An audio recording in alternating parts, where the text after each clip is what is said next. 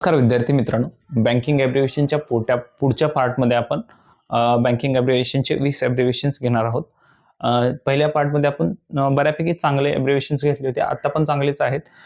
हे ॲब्रिव्हिएशन्स तुम्हाला बँकिंगमध्ये विचारले जातात. एक्झाम ओरिएंटेड आहेत. एक्झाममध्ये आलेले असतात. 1 ते 2 मार्क तुम्हाला भेटून जातात.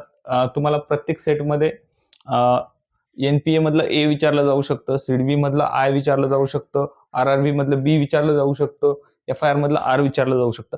अशा प्रकारे तुम्हाला क्वेश्चन्स येतो, याच्यामध्ये विचारलं जाऊ शकतं किंवा कोणता कुठल्या ह्याचा फुल फॉर्म आहे असं पण विचारलं जातं. तर आपण बँकिंग ॲब्रिव्हिएशन्स बघूया. थोडंसं वेगळ्या पद्धतीने घ्यायचा माझा विचार आहे. मी अगोदर तुम्हाला ॲब्रिव्हिएशन सांगेन आणि नंतर तुम्हाला जे पहिलं आहे ते सांगेन. तर बघा, नॉन परफॉर्मिंग असेट म्हणजे एन-पी-ए. दुसरं बघा, ग्रॉस नॉन परफॉर्मिंग असेट म्हणजे जी-एन-पी-ए. नेट नॉन परफॉर्मिंग असेट म्हणजे एन-एन-पी-ए.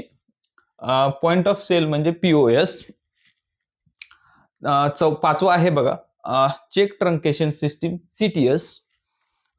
सहावा आहे बघा, electronic clearing service ECS. First information report FIR 7वं. कोर बँकिंग सोल्युशन सी-बी-एस 8वं. ट्रेझरी बिल 9वं. T bill. Government security G security 10वा.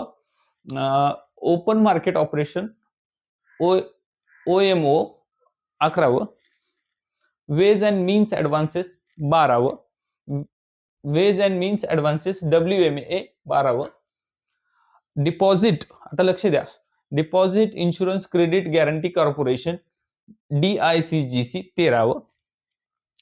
14वं बघा, small industrial development bank of India SIDBI SIDBI. 15वं बघा, industrial development bank of India IDBI. 16वं बघा, national housing bank NHB 16वं. 17वं बघा, regional rural banks RRBs. Primary agriculture credit society PACs 18वं. 19वां बघा, state cooperative bank SCB आणि special mention account SMA 20. हे अशा प्रकारचे ॲब्रिव्हिएशन्स होते बघा. हे अशा पद्धतीने मी घेतलेत. मला वाटतं थोडंसं फास्ट झालंय, पण ठीक आहे. तुम्हाला ह्याचा स्क्रीनशॉट मारायचा आहे, लिहून काढायचंय तुमच्या नोटबुकमध्ये वगैरे. ते लिहिल्यानंतर तुम्ही परत एकदा वाचू शकता. तर बघा, हे ॲब्रिव्हिएशन्स अशा प्रकारे आहेत. तर एक्झाम ओरिएंटेड ॲब्रिव्हिएशन्स आहेत, तर तुम्ही करू शकता. वेगळ्या पद्धतीने घेण्याचा मानस की वेगवेगळ्या पद्धतीनं ट्राय केलं पाहिजे. ट्राय एररला हे मला वाटतं चांगल्या पद्धतीने मी घेतलंय. अजून एक आपल्याला 2 ते 3 पार्ट घ्यायचेत.